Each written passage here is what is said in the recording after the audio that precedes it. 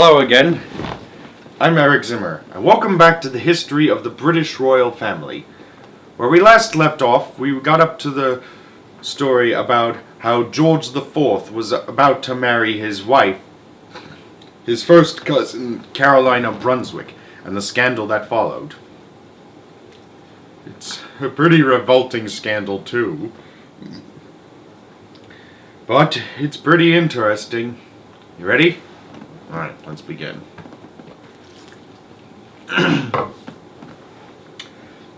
Chapter 13. The Hanoverians, Part 2. Battle Royale. No pun intended to the James Bond movie, even though that was called Casino Royale.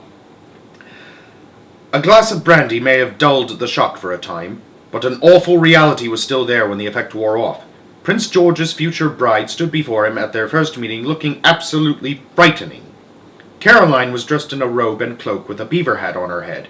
The robe was in a shade of sickly green with satin trimmings, festooned with fuzzy loops and tassels. This was the best her attendants could do to hide her pudgy figure. Caroline's face was covered with garish makeup. Somewhere underneath her were her fine, fresh complexion and rosy cheeks. She looked like a clown! And that was not all. Close up, Caroline reeked. She smelled unwashed. Prince George reeled. He was very strict about hygiene and regular bathing. Somehow, Prince George managed to compose himself and behave graciously. But it took a stupendous effort. The prince had to contain himself again when he took Caroline to a pre-wedding dinner. She prattled on and on about the latest gossip, including talk about the prince's latest mistress, Lady Jersey. Her language was crude, coarse, and smutty. After a while, George could stand the situation no longer and got thoroughly drunk. He was still hungover when the marriage ceremony took place on April 8th, 1795. George spent most of his wedding night in a drunken stupor, asleep on the floor next to the fireplace. But somehow, though he probably never remembered how, he fulfilled his royal duty. Caroline, the new Princess of Wales, became pregnant on her wedding night. In truth, Caroline was not all that impressed with George either. At one time he had been a slim young man, and handsome too. Not anymore. At the age of 33, years of self-indulgence and overeating had taken a toll. Caroline was disappointed to see how fat and puffy he had become. These are cartoon drawings of what George IV and Caroline of Brunswick looked like. In spite of having a distinct aversion to one another, George and Caroline made some effort to live together. They spent the summer and autumn of 1795 at Brighton Pavilion, on England's southern coast. This lavish Oriental-style building, still one of the major sights of Brighton, had once been George's most expensive extravaganza. But while the couple were there, George's drinking powers descended on them, along with their women. The quiet honeymoon in Brighton turned into a riotous drinking party. This did not help George and Caroline learn to tolerate each other, and they soon stopped trying. Caroline was spoiled, rebellious, and vain. It had once been said that unless she were kept on a tight leash she would go wild. George did not bother trying to rein her in. Once their daughter, Princess Charlotte, was born on January 7th, 1796, Prince George made moves to distance himself from his marriage. Charlotte was but a few days old when her father drafted a will disinheriting Caroline. After his fling with Lady Jersey, George was struck with a yearning for Maria Fitzherbert once again. This is an artist's rendering of what she looks like. In a nearly hysterical mood, he wrote vowing eternal love for my wife in the eyes of God, and who is and ever shall be mine. Another letter, this time to Caroline, was totally different. It began, Madam, and went on to state his desire for a total and permanent separation. George and Caroline never lived together again. But they were never divorced, nor is this the end of their relationship. The couple would be bound together in mutual hatred for the next 25 years. Caroline was not the sort of woman to retire to a quiet, discreet life in the country where everyone might forget about her. She was too vulgar and too outlandish for that. She did move to the country, but that was about it. Her new home was in Blackheath on the southern edge of London. Before long, Caroline was shocking the locals with her antics. She received a stream of gentleman callers. Tales of multiple adultery began to circulate and spread. Caroline got her clutches on one William Austin, the young son of a dockyard owner, and claimed he was her and Prince George's son. Fortunately, government investigators proved the story false. They went on to dig up evidence about Caroline's sex parties, but they were unable to prove anything despite the gossip. Meanwhile, Prince George's longing for Maria Fitzherbert had worn off again. He took a new mistress, Lady Horatia Seymour. After that, it was back to Maria again. She held George off for 4 years, possibly to teach him a lesson, but in 1801 she agreed to live with him again. Maria managed to hang on to George for 10 years, a record for him, but he wandered off again, this time with yet another mistress, Lady Hertford. And then in 1811, King George III's illness returned, and he became permanently mad. He had violent fits. He refused to eat. He imagined that his son Augustus, who had died in 1783 at the age of 4, was still alive. He lost all sense of time, place, or reality, and lived in a dream world. The one thing he remembered, it seems, was how to play the harpsichord. This time, it was hopeless. The king was declared incurably insane in 1812. He was shut away in his palace and spent the rest of his days wandering around his rooms, mumbling to himself and clutching the crown jewels. George was appointed Prince Regent at last. He took the oath on February 6, 1811. Exactly 100 years before President Ronald Reagan was born, but that's another story. But he still had to deal with the troublesome Caroline. The king's madness had been a disaster for her, for in spite of everything, King George had protected her. Now that protection was gone, and she was in the hands of a husband who detested her. He soon made the most of it. He used Princess Charlotte as a psychological weapon with which to beat his wife, refusing to let her see their daughter. Caroline was up for the challenge. She had allies in Parliament and used them to force a parliamentary debate. The vote went to Caroline. With Parliament against him, the prince had to give in. But he hit back by throwing Caroline out of her apartments at Kensington Palace. He also forbade Charlotte to see her, no matter what Parliament said. Caroline's response was to make several well-publicized public appearances. She posed as the victim of a cruel husband, but cheerfully so. The ploy worked. Crowds cheered her. At the same time, they booed the Prince Regent. The warfare between George and Caroline moved on to the next round. George decided that Princess Charlotte should marry Prince William of Orange. William was an unpleasant young man. Even so, Charlotte was expected to obey her father. But as was her mother, she was stubborn and loudmouth. It was not long before she had picked a quarrel with William. Charlotte fled to Caroline's house in Connaught Place, London. Caroline was not there. She was at Blackheath.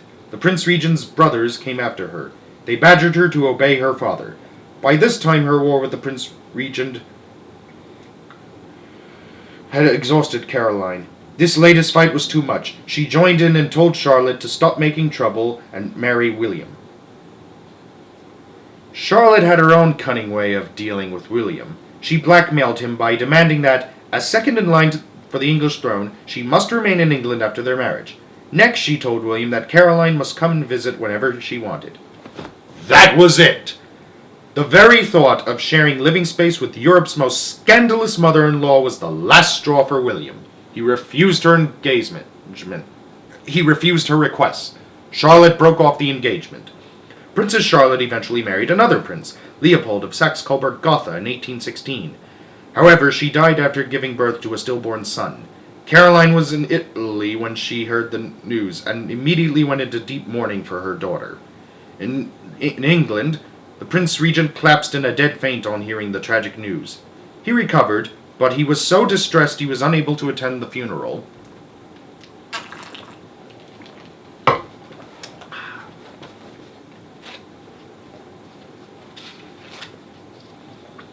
This, though, was not merely tragic family loss. It created a crisis. Charlotte had been the only heir to the throne in her generation. The other heirs to Mad King George III were Charlotte's elderly aunts and uncles and aunts, none of whom had any legitimate children. So Parliament sent a petition to 4 of Charlotte's uncles to marry and produce legitimate heirs. It meant leaving their mistresses, which caused them pain. All the same, they did their duty for the sake of the Hanoverian line. They took wives and had children. Unfortunately, many of the infants died. For a time, even the Prince Regent considered divorcing Caroline and marrying again. But Caroline refused to let him. She did not think her sexual adventures in Europe were sinful, and prepared to fight any divorce action the prince might bring. The prince set up a commission to find grounds for divorce. Caroline responded by promising to create a storm of protest in England. It was a shrewd move. Details of the prince's own private life were bound to come out. All the same, Caroline tried another tack. She offered to set aside her rank as Queen of England when George became king. In return, she wanted George to give her a large sum of money. He refused, ending thoughts of divorce. The couple remained married, shackled together in mutual loathing. Caroline was still on course to become Queen of England. As long as King George III was still alive, that remained a remote possibility. But on January 29, 1820, King George died. He had become a tragic figure, far gone into madness. He was deaf and blind. His white, gaunt face was sometimes observed, staring out the palace window, seeing nothing. His beard had grown long and straggly. He knew nothing about the death of Princess Charlotte, or the marriage of his sons. He was even unaware his queen, Charlotte, had died in 1818. The Prince Regent succeeded his father as King George IV. As far as her rights were concerned, Caroline was now queen. But as far as her husband was concerned, he was not going to let her anywhere near the throne. Time for the new king to act was limited. He had to get rid of Caroline before his coronation. In fact, the coronation was postponed while the king made another attempt to unhitch himself from his outrageous queen. He asked Parliament to pass a bill of pains and penalties. This set out Caroline's numerous sins. The attempt failed. The only evidence offered was circumstantial, albeit Caroline's sexual antics had been the subject of frequent gossip. The bill of pains and penalties had to be dropped. Londoners, who loved Caroline, went wild with joy and celebrated for 3 days and nights.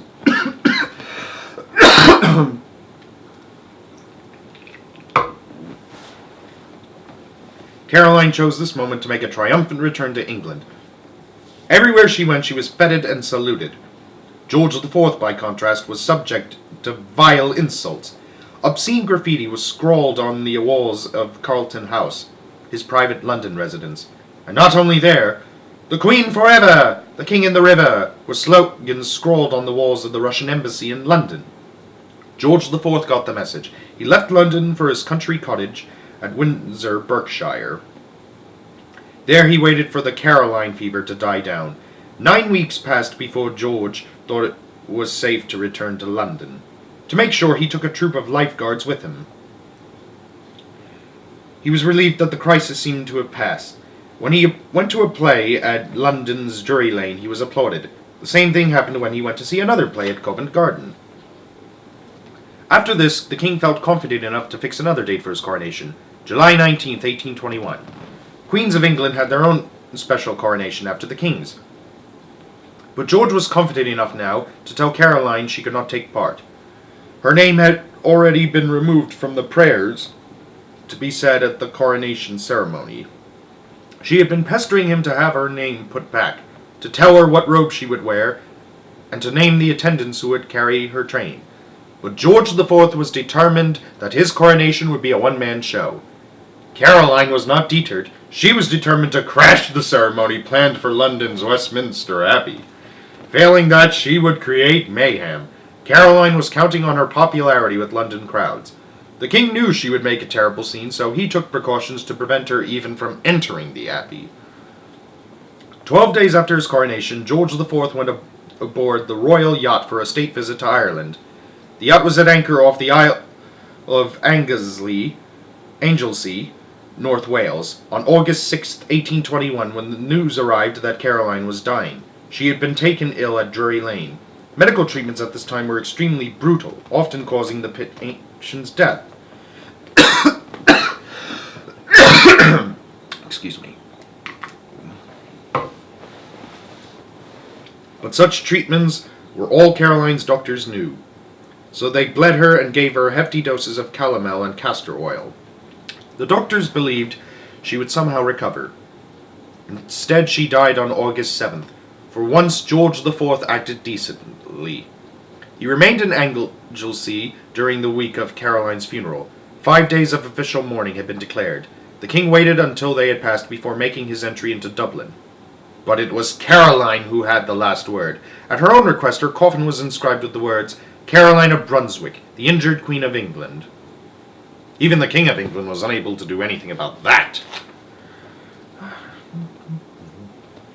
George IV was King of England for 10 years until his death at Hampton Court Palace on June 26, 1830. His heir was his brother William, Duke of Clarence, who became King William IV. This is him. Like other sons of King George III, William was a bit of an oddity. He even looked peculiar. At the age of 64, William had a round face, very red cheeks, and a distinctly unroyal quiff. When the coins of his reign were minted, designers deliberately left out the quiff. William was awakened at 6 o'clock in the morning and told he was king. He showed no emotion. Instead, he shook the messenger's hand and went back to bed. His only comment was that he had always wanted to sleep with a queen. His wife Adelaide had, of course, just descended from Duchess of Clarence to Queen Consort of England. Later the same day, he stuck a small piece of black crepe in his hand and went out riding at Windsor. But William IV was not as nonchalant about succeeding to the throne as he pretended to be. As a younger son of a king, he had never really expected to be king himself. When it actually happened, he was thrilled. A few days later, he went riding around London in his coach. He stopped here and there to buttonhole passers-by, shake them by the hand, and tell them how delighted he was to be their king. It was embarrassing, but somehow heartwarming. Unfortunately, William IV came to the throne without legitimate heirs of his own. As Duke of Clarence, William had married Adelaide in the royal rush for a wife after the death of Princess Charlotte. They had 2 daughters, but both died in infancy, and there were no children after that. William's heir was his niece, Princess Victoria. And this is her. She was the daughter of his younger brother, Edward, Duke of Kent, another participant in the royal rush to marry. Victoria's mother, Victoria of Saxe-Coburg, kept her daughter strictly under her control. Victoria's main aim was to keep the girl well away from the influence of disreputable Hanoverian relatives. Predictably, William IV became at odds with Victoria's mother. His greatest wish was to live long enough for Victoria to reach the age of majority, 18. If he could do that, he could prevent her mother from becoming regent. The king just made it.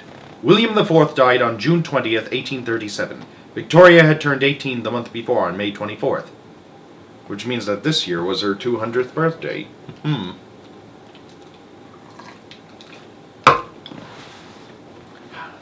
Not surprisingly, Princess Victoria grew up to be narrow-minded and self-opinionated. She was also a terrible prude and tended to be obsessive. In 1840, she married her first cousin, Prince Albert of Saxe-Coburg-Gotha, who was even more of a prude than she was. He once said that the thought of adultery made him feel physically sick. Well, it is against the Bible. Albert set the pace for his wife's reign and for their private life. Hanoverian sleaze was out. Strict Puritan-style morality was in. Family respectability was to become the motto of Victorian England. More than that, the 9 children of Victoria and Albert were to be role models for a new society. Their example, so their parents resolved, would stand as a lesson on how to be royal, yet lead a pure life. But there was one great big flaw in this plan. Victoria's heir, Albert Edward, the future King Edward VII, was pure Hanoverian. Strict morality meant nothing to him. Both as Prince of Wales and as king, he became the greatest royal womanizer since King Charles II. He gambled, he drank, and he smoked, all to excess. His life was one long round of scandal that horrified his parents and left their high-minded plans in ruins. And we shall find out exactly how scandalous his life was in the next chapter. Thank you. Have a good night.